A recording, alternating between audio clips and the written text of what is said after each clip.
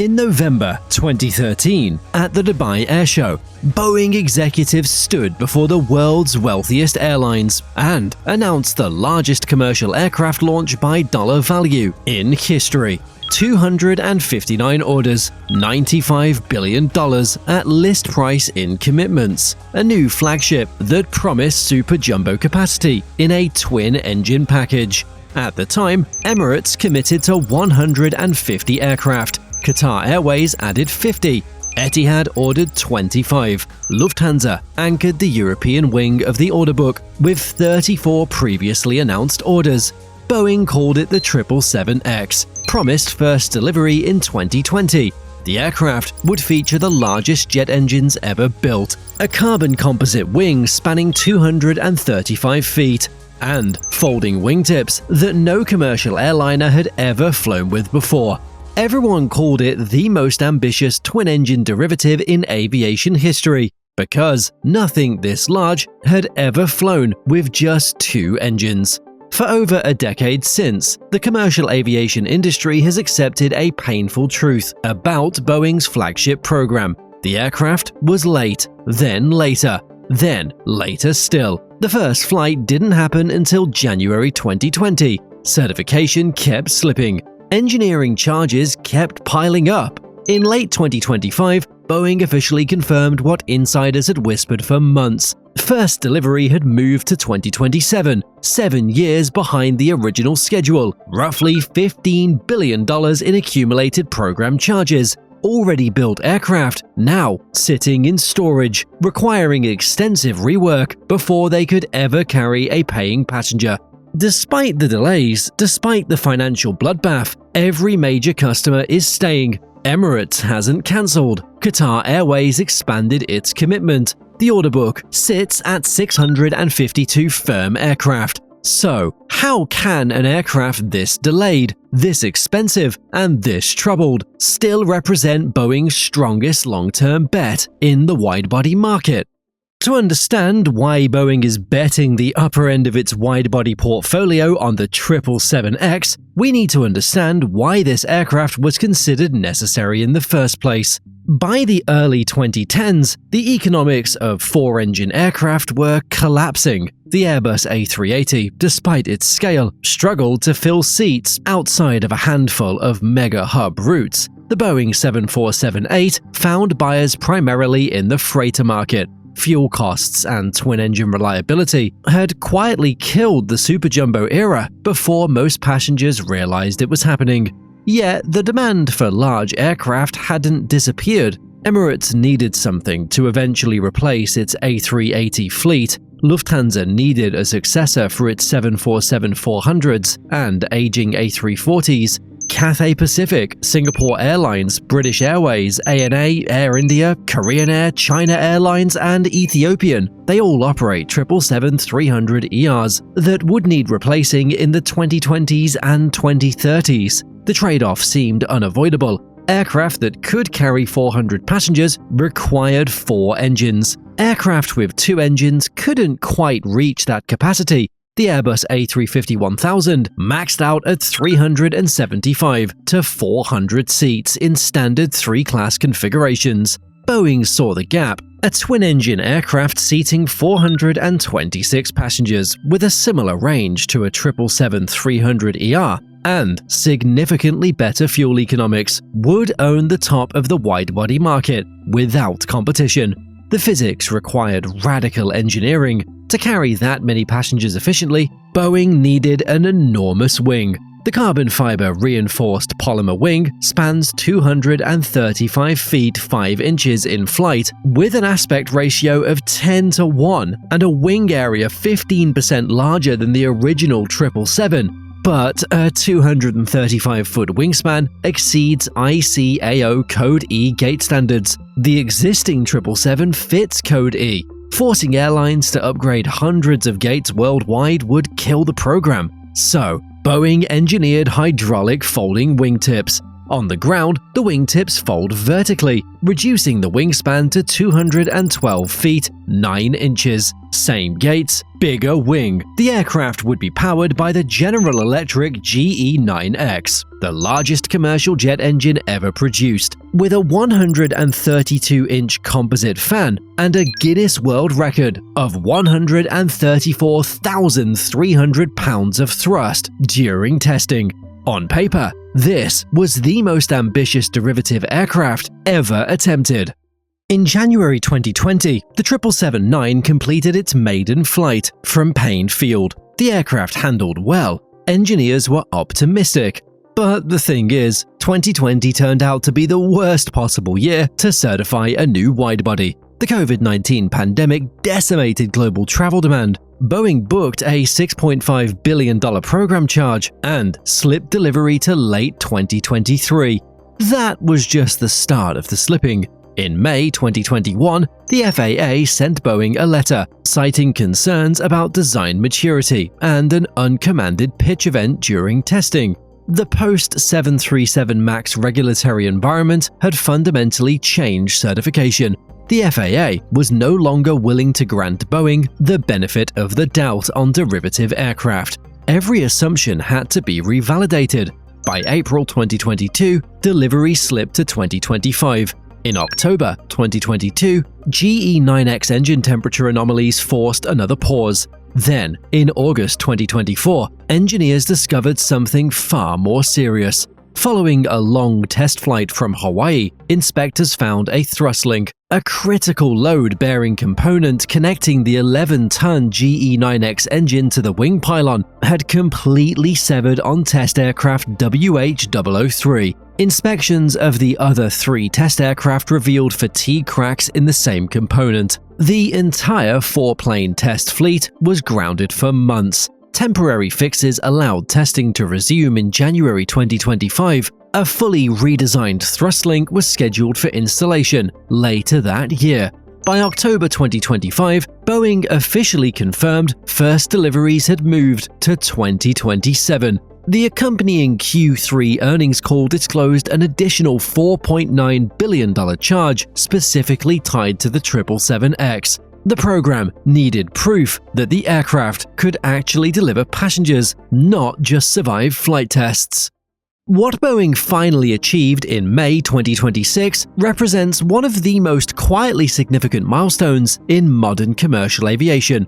On May 7th, a production-conforming 777-9 registered N20080 took off from Payne Field for a 3-hour, 27-minute test flight over Washington and Oregon. For the first time, the aircraft flew with a complete customer interior installed. Lufthansa's new Allegris premium cabin filled the fuselage.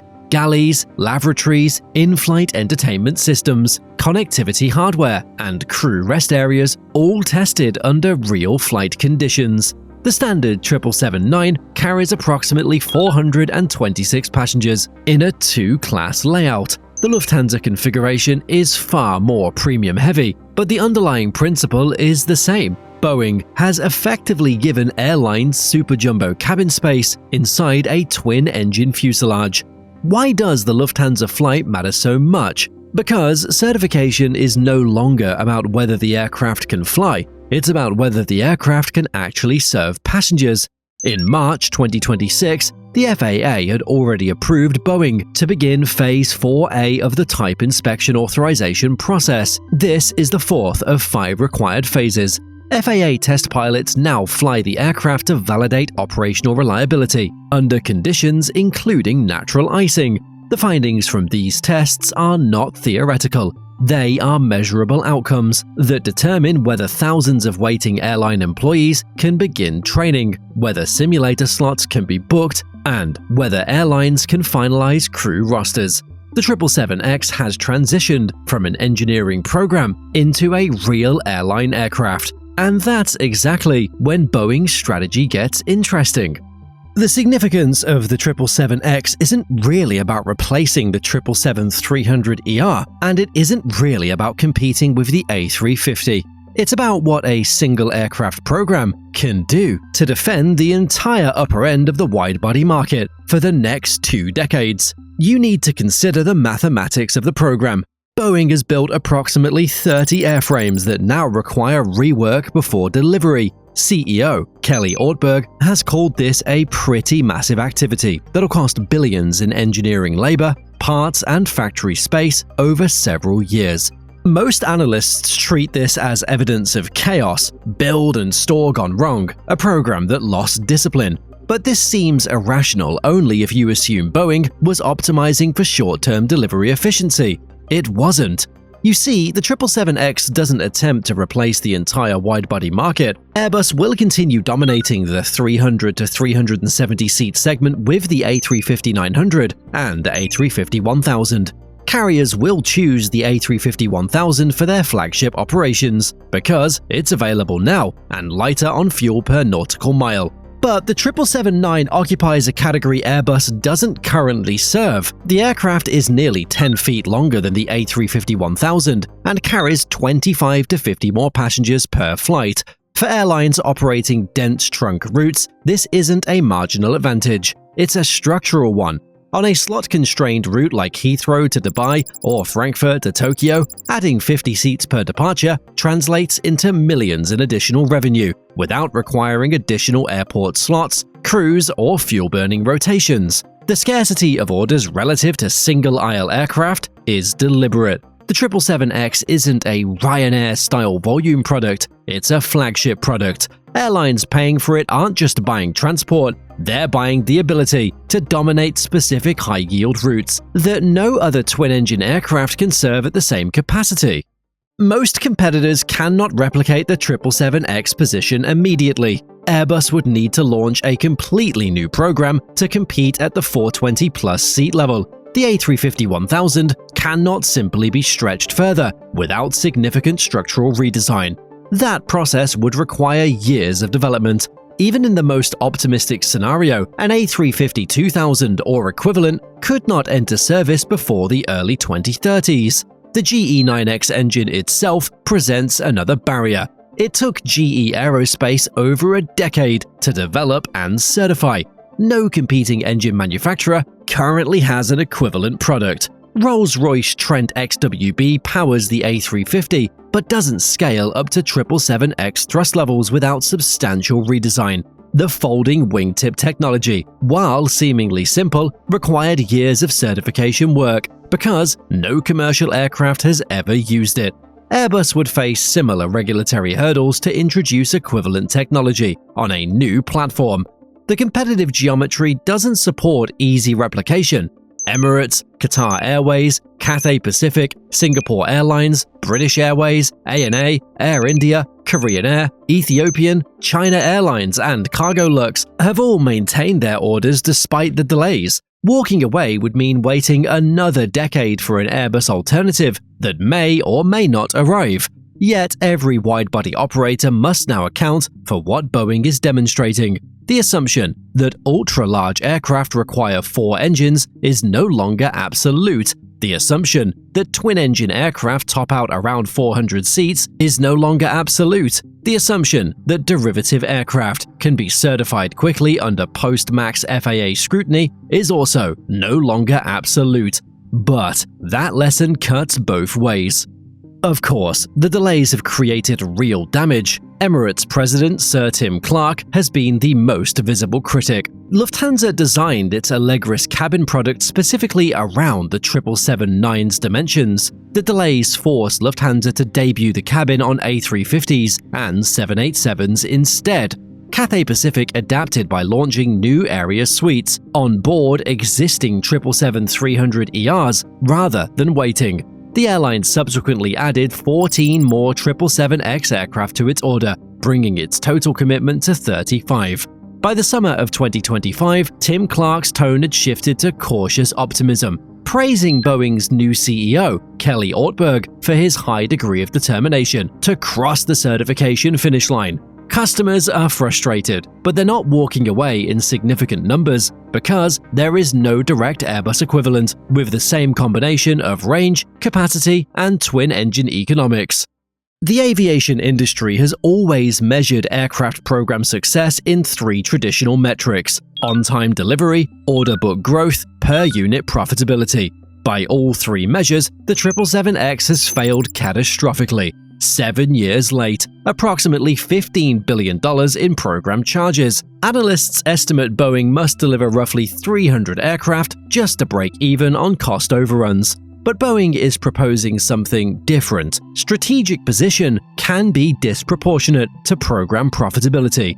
The 777X doesn't need to be financially profitable on a per-unit basis to succeed strategically. It needs to defend Boeing's presence in the upper widebody segment, preserve relationships with anchor customers like Emirates and Qatar Airways, and prevent Airbus from establishing dominance across the entire widebody market. The strategic value of maintaining presence in the 400-plus seat category extends beyond the 777X program itself. If Boeing can finally certify the aircraft, complete the rework of the stored airframes, and ramp production cleanly, the 777X transitions from being Boeing's most troubled program to being the default flagship for airlines that still believe in big hubs, dense premium cabins, ultra-long-haul networks, and high-capacity trunk routes. In November 2013, at the Dubai Air Show, Boeing announced the 777X because there was a clear market gap and because the company believed it could deliver the aircraft within 7 years. The program was confident and ambitious rather than cautious. 13 years later, the 777X represents the complete opposite. Not a confident derivative launched on aggressive timelines, a grueling, hard-won engineering achievement delivered under the strictest regulatory scrutiny any commercial aircraft has faced in modern history. When those first Lufthansa passengers board the inaugural 777-9 service in 2027, they'll complete a journey that took over 13 years to make commercially possible. 652 firm orders, 30 reworked airframes, and proof that sometimes the most significant aircraft programs don't arrive when planned. They arrive when they're ready. Boeing has spent over a decade absorbing financial pain, customer frustration, and regulatory delays to deliver an aircraft that no competitor currently matches.